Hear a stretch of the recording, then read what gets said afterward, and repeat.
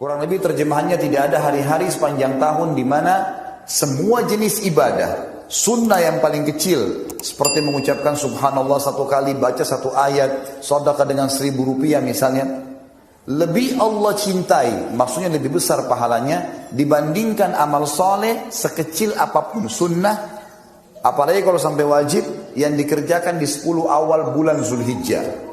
Di 10 awal bulan Zulhijjah.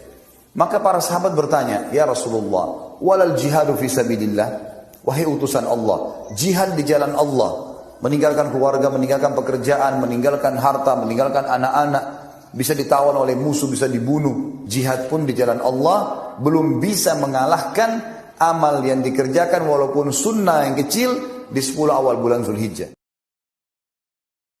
Ma min ayyamin, tidak ada hari, al-amalus salihu fihinna, beramal saleh pada hari itu, ahabbu ilallah, lebih dicintai Allah, min hadhil ayyamil ashri, tidak ada hari beramal pada hari itu lebih dicintai Allah melebihi 10 hari ini. Kapan itu? Dari sejak hari ini sampai tanggal 10 nanti, itulah paling dicintai Allah. Lalu apa amal yang paling baik? Tidak ada dalam hadis itu. Nabi tak ada mengatakan ini tak. Tapi perbuatan Nabi, sahabat Nabi melihat Nabi puasa. Dan Nabi pula dalam hadis yang lain, as-sawmu li, puasamu untukku, wa ana ajzi bihi. Satu-satunya ibadah yang dinisbatkan Nabi kepada Allah Ta'ala, Allah menisbatkan kepada dirinya, hadis qudsi, as-sawmu li, puasamu untukku, kata Allah, wa ana ajzi bihi. Maka yang paling afdal adalah puasa. Ini Ustadz ini pandai ceramah aja nih. Ustadz puasa tak hari ini? Insya Allah kalau sampai. Puasa itu kan sunat, puasa itu sunat. Tapi bagi yang ceramah itu, jangan dia mengajak, mari kita puasa, mari kita puasa. Jumpa makan lontong. Ustadz tadi ngajak puasa, puasa itu sunat. Nah, ini tentang sunat, tidak wajib. Nah, ini tentang masalah puasa hari ini. Kalau tak sanggup puasa Pak Ustaz, jangan mewajibkan yang tak wajib. Tak sanggup puasa, banyak sholat sunat. Sholat sunat tak sanggup, banyak baca Quran. Baca Quran tak sanggup, banyak zikir. Zikir tak sanggup, mati aja lah. Zikir paling ringan, ambil tasbih, subhanallah 1000, alhamdulillah 1000, Allah Akbar 1000, istighfar 1000, selawat 1000. Betul. Puasa, sholat, baca Quran, zikir, empat-empatnya Pak Ustaz, bagus. Itulah yang saya bingung nih Pak Ustaz. Kata Ustaz empat-empatnya bagus, terus empat-empat belum lagi saya pilih lagi. Pilih kan. 10 awal Dzulhijjah adalah sebaik-baik hari, disebutkan oleh baginda Nabi. Ma min ayyamin al-amalu salihu fihinna ahabbu ilallahi min hadhil ayyamil ashri. Tidak ada hari-hari untuk beramal soleh yang lebih baik melebihi daripada 10 awal Dzulhijjah. Tidak ada hari yang lebih bagus untuk beramal baik melebihi dari 10 awal Dzulhijjah. Sampai sahabat Nabi bertanya, walal jihad fisabilillah ya Rasulullah, termasuk jihad di jalan Allah tidak bisa mengalahkan keutamaan 10 awal Dzulhijjah. Dijawab oleh baginda Nabi, walal jihad fisabilillah, jihad pun tidak bisa mengalahkan, illa rajulun, kecuali seorang laki-laki yang kharaja bi nafsihi wa malihi, ada orang yang keluar dengan jiwanya dan dengan hartanya, walam yarji bi syai'in min dzalika, dan tidak kembali dengan sepeser pun, tidak ada yang kembali, nyawanya pun hilang, mati syahid, dan juga hartanya habis untuk perjuangan, baru menyamai. Artinya agung sekali 10 awal Dzulhijjah. Bahkan dikatakan oleh para ulama, 10 awal Dzulhijjah lebih bagus daripada 10 akhir bulan Ramadan. Kita tahu bagaimana keutamaan 10 akhir bulan Ramadan. 10 akhir bulan Ramadan istimewa dan istimewa dan istimewa. Sampai baginda Nabi di 10 akhir bulan Ramadan, yugidu ahlahu wa yashuddu mi'zarahu, membangunkan keluarganya, mengajak beriktikaf dan seterusnya. Itu baginda Nabi SAW di 10 akhir bulan Ramadan. Akan tapi 10 awal bulan Dzulhijjah, ulama mengatakan, banyak ulama mengatakan ini lebih bagus daripada 10 akhir bulan Ramadan.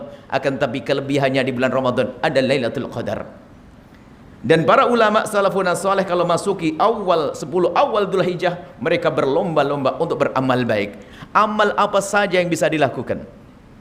Ibnu Hajar Al-Asqalani di saat menjelaskan hadis tersebut, beliau mengatakan, kenapa kok 10 awal Dzulhijjah menjadi sebaik-baik hari?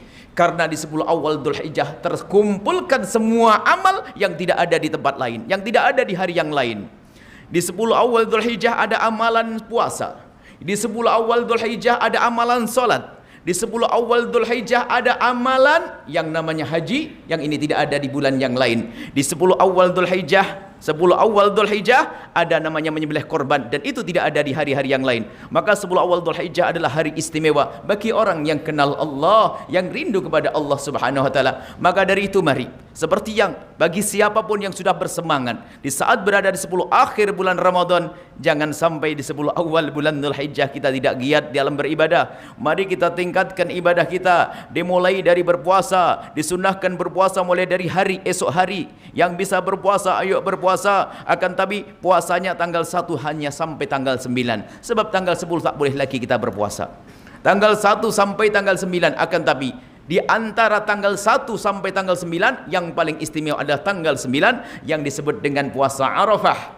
Jangan sampai kita puasa tanggal 1, 2, 3, 4, 5, 9 tak puasa.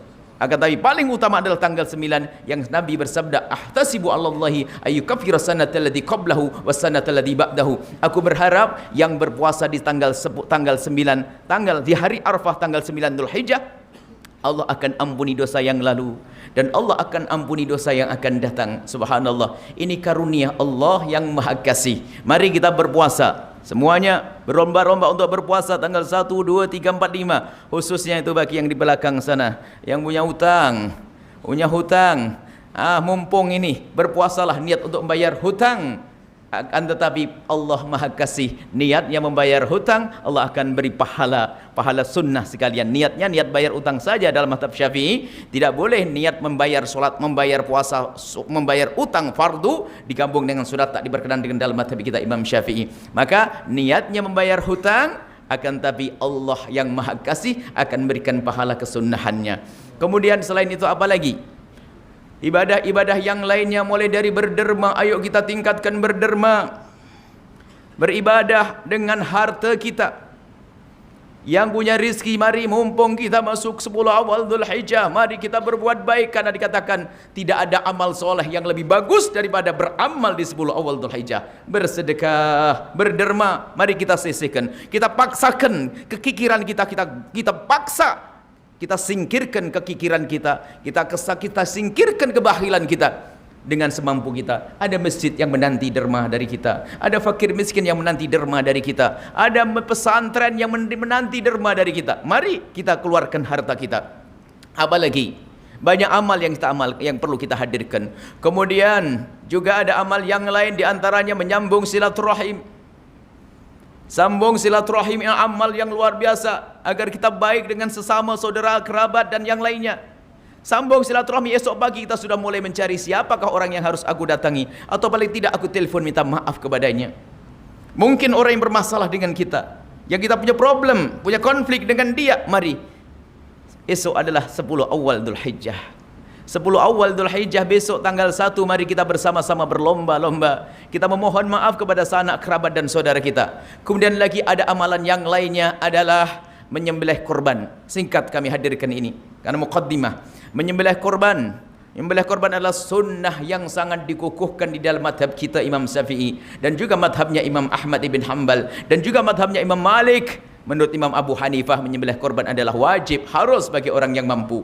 Yang jelas, menyembelih korban adalah sangat utama, sangat luar biasa. Jika kita menyembelih korban di hari-hari biasa, jika kita menyembelih kambing atau sapi di hari biasa, kita mendapatkan pahala besar dari Allah. Tapi kalau kita sembelih di hari raya korban, pahalanya berlipat-lipat dan tidak bisa dibanding. Seperti apa perbandingannya? Tidak bisa dibandingkan.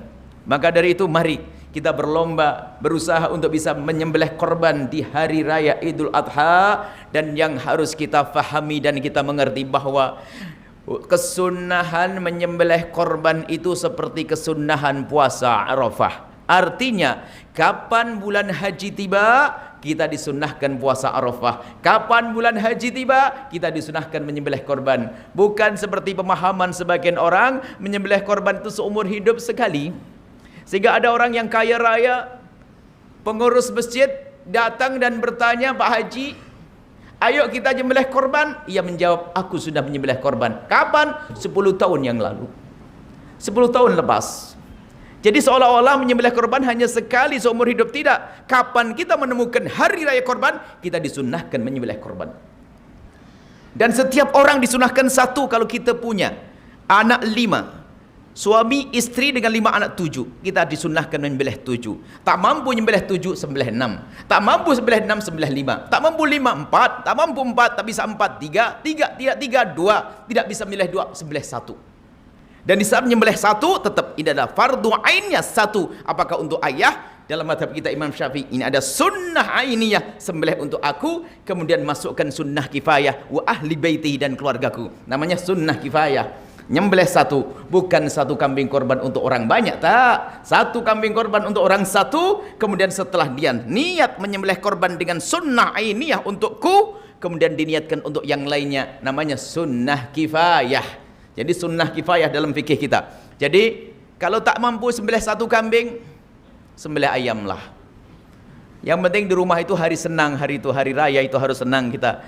Jangan sampai mereka tak bergembira, anak-anak istri tak senang, sembelih kambing lah, sembelih ayam. Tapi sembelih ayam bukan korban yang sesungguhnya. Ya bersenang-senanglah di hari itu.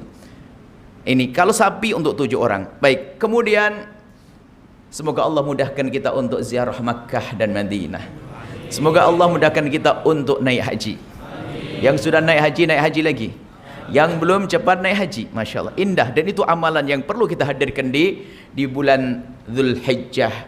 Dan semoga kita semuanya dimudahkan untuk meningkatkan amal baik di 10 awal Dzulhijjah ini. Adapun korban itu waktunya. Korban itu waktunya adalah di hari raya korban tanggal 10 Dzulhijjah, kemudian tanggal 11 masih. Mungkin ada di antara kita tak ada ringgit 10 Dzulhijjah. 11 Dzulhijjah ada ringgit datang. Temu ringgitnya di bawah kasurnya. Ada ringgit nih. Langsung beli boleh. Beli hari 11 Dzulhijjah, oke? Atau tak ada, tak taunya 12 Dzulhijjah ada. 13 Dzulhijjah ada baru boleh, sampai terbenam matahari baru tak ada lagi.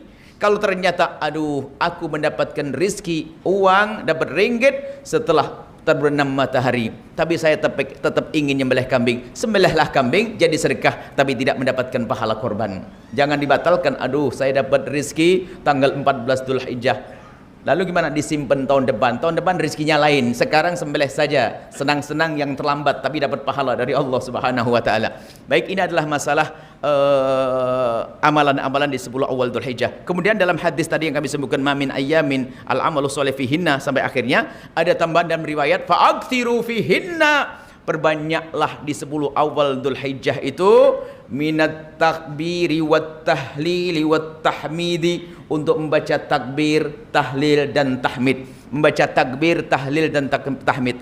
Takbir, tahlil dan tahmid itu yang seperti Anda baca Allahu Akbar, Allahu Akbar, Allahu Akbar, la ilaha illallah, Allahu Akbar walillahil ilham. Ini sedikit yang perlu kami sampaikan. Kapan disunahkan membaca takbir tersebut? Di dalam salat hari, di dalam hari raya atau di bulan haji, sunnah takbir ada 2, yang namanya takbir muqayyad. Takbir muqayyad, takbir yang dibaca setelah salat. Ada takbir mutlak, takbir yang dibaca di pasar-pasar dimanapun Anda berada, Anda boleh baca. Adapun takbir muqayyad dijelaskan dalam fikih Syafi'i, takbir muqayyad, takbir yang dibaca setelah salat adalah min fajri yaumi Arafah. Jadi mulai Anda habis sahur untuk puasa Arafah, masuk menjelang azan, maka setelah salat nanti salat subuhnya Anda membaca takbir sampai kapan? Sampai selesai hari, sampai muqayyadnya nanti, terikatnya. Jadi terikatnya sampai selesai hari tasyriknya. Ini muqayyad. Adapun mursalnya, ini mursal yang jarang diamalkan. Mursal itu adalah Anda baca takbir di mana-mana. Angkat gema takbir itu. Anda di dapur, Anda di kebun, Anda di toko, itu Anda setiap saat mulai hari tanggal 1 disunahkan. Bahkan Sayyidina Umar bin Khattab menyuarakan waktu berada di tenda-tenda Mina, hatta tertajja Mina, sampai bergema diikuti orang-orang. Ini perlu disiarkan lagi masalah kesunahan ini. Jadi kalau muqayyadnya yang terikat dengan waktunya, yang terikat dengan sholat, itu dilakukan kapan? Min fajri yaumi arafata. Ini adalah masalah takbir. InsyaAllah berbanyak sambil jalan kita baca. Akan baca takbir Allahu Akbar, Allahu Akbar, Allahu Akbar, la ilaha illallah, Allahu Akbar, Allahu Akbar, walillahil.